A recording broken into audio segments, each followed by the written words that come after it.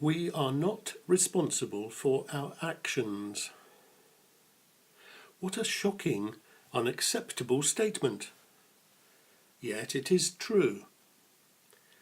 Look at the situation logically.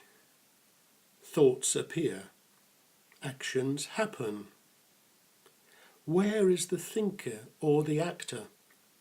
Show me where the person lives. It's not possible, because the person is just a collection of thoughts. All that is here is energy moving through form. Energy as actions, thoughts, perceptions, feelings. Energy as consciousness appearing to itself.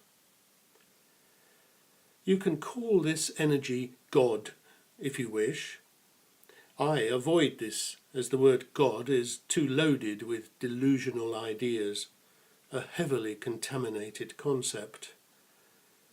Whatever we call this, it is not an object, is not situated within time or space, and has no characteristics. It is everything and nothing, and within it our lives appear to exist. I say appear to exist because without conscious awareness, we and the universe cease to be. All appears as a consequence of consciousness and is a manifestation of consciousness. We are ripples on the surface of conscious energy, nothing more. Ripples arise and subside, conditioned through interdependent origination, and then settle back into the silent, still ocean of being. We are nothing more than psychosomatic apparatuses, conditioned by the environment and programmed by our DNA. There is no question of personal volition, choice, or free will. There is no one to possess these things. All that happens has to happen. It is the spontaneous unfolding of life. We don't make decisions. Thoughts arise as they must. We don't act.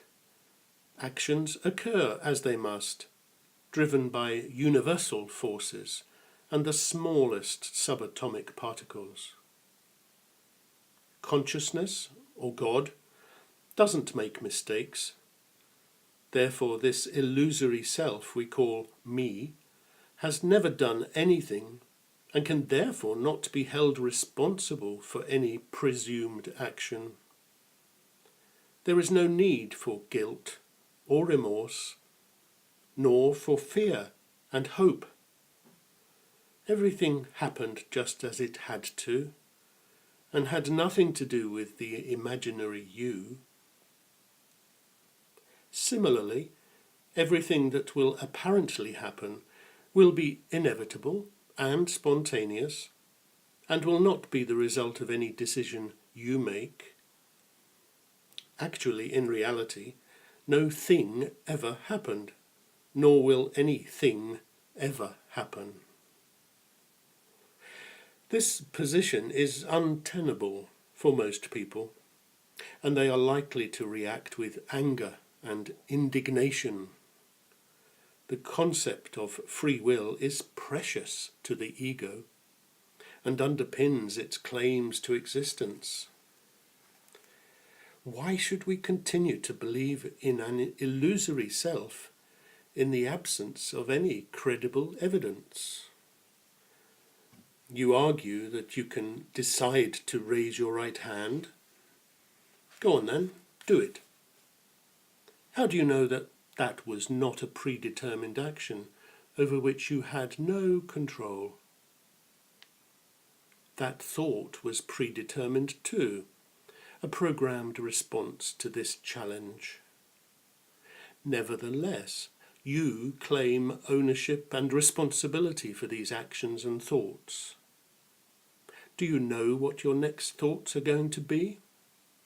Of course not, because they are not yours.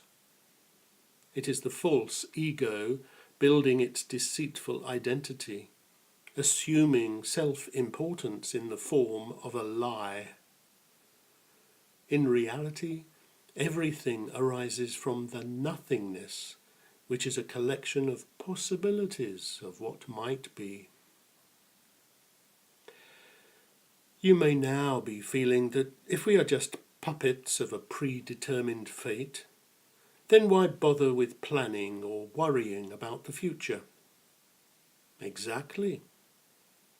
Nevertheless, we are more than likely to continue with our mental habits and usual behaviour, as they are so deeply ingrained. The mind claims ownership and responsibility for too much. In its arrogance and self-importance, it assumes that it can control what we do and the consequences of our actions. This assumption does not stand up to critical investigation. We have not a clue as to what will happen in the next moment. This breath or heartbeat might be the body's last. Indeed, to claim ownership of the heart or breath is mine is another foolish fantasy. Breathing, heartbeats, sensing, thinking, all these things are happening spontaneously. Attaching meaning to them and attributing their cause to a person is pure fiction. Let go of these delusions, and peace arises. Stuff still happens.